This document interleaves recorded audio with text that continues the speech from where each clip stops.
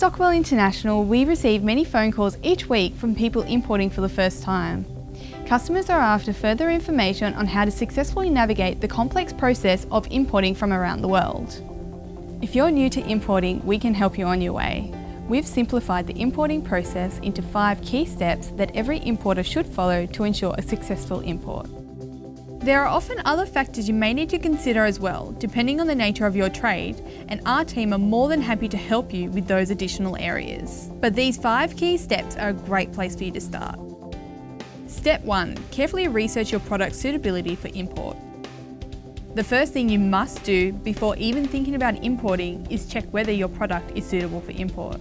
Find out, are your goods legally allowed into Australia? Will they need fumigation or need to be treated? Are they packed with wooden, bark or dunnage materials? If you have any questions about whether your commodity will be allowed into Australia, seek advice from the Department of Agriculture, Fisheries and Forestries or check their website www.daff.gov.au. Are you thinking about importing a commodity to be used or consumed by the general public? There are specific Australian standards that you must follow to guarantee the safety of the general public. Please visit www.standards.org.au or www.foodstandards.com.au to find out requirements for your specific product. We can't recommend strongly enough that you do your research before you go ahead with your shipping.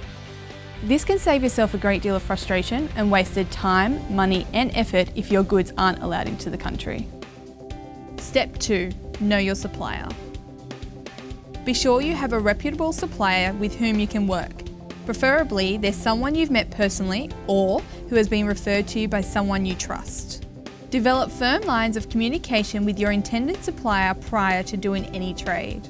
Form a solid association with them so you're fully aware and comfortable with their business methods and have a clear understanding of your role in the relationship. A good strategy is to only pay your supplier in part until your goods arrive safely. Negotiate a percentage of the total cost prior to shipment and the remaining balance once the goods arrive into Australia. Never pay for goods in full prior to shipment. Step 3. Determine how you will transport your cargo. Know your Incoterms. These are also called terms of trade. Your Incoterms will determine how your goods will be moved. They depend on where your supplier's responsibility for the cargo ends and where yours begins. The most common terms of trade are FOB, which stands for free on board. This means your supplier deals with all the costs and responsibilities up until the origin port. Then you are responsible for them once the goods are on board the ship to the final destination. Ex-works refers to door-to-door transport. This means transport of goods from the premises of manufacture overseas to your premises in Australia. CNF stands for cost and freight. This is where your supplier is responsible for arranging the shipment up to the destination port here in Australia. As the consignee, you are responsible for the port and handling fees, customs clearance and delivery to your door. The goods can then be shipped via air freight or sea freight. For a full list of Incoterms, visit our website at www.stockwells.com.au and click on Useful Tools. Step 4. Gather and complete all the necessary documents for importing. Familiarise yourself with the correct standard paperwork required. These are an original bill of lading or express bill of lading, commercial invoice, packing list, and quarantine packing declaration. The paperwork is the importer's responsibility. These documents must be in place and given to your customs broker before the shipment arrives in Australia for customs clearance.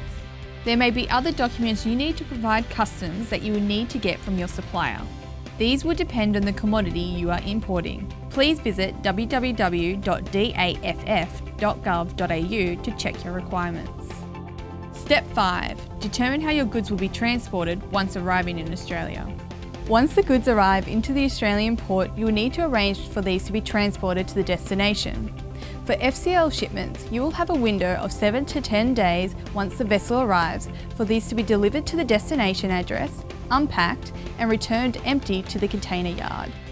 Be aware, if your container is not returned within the allocated time frame, this is called detention, and you will be charged a fee per day per container.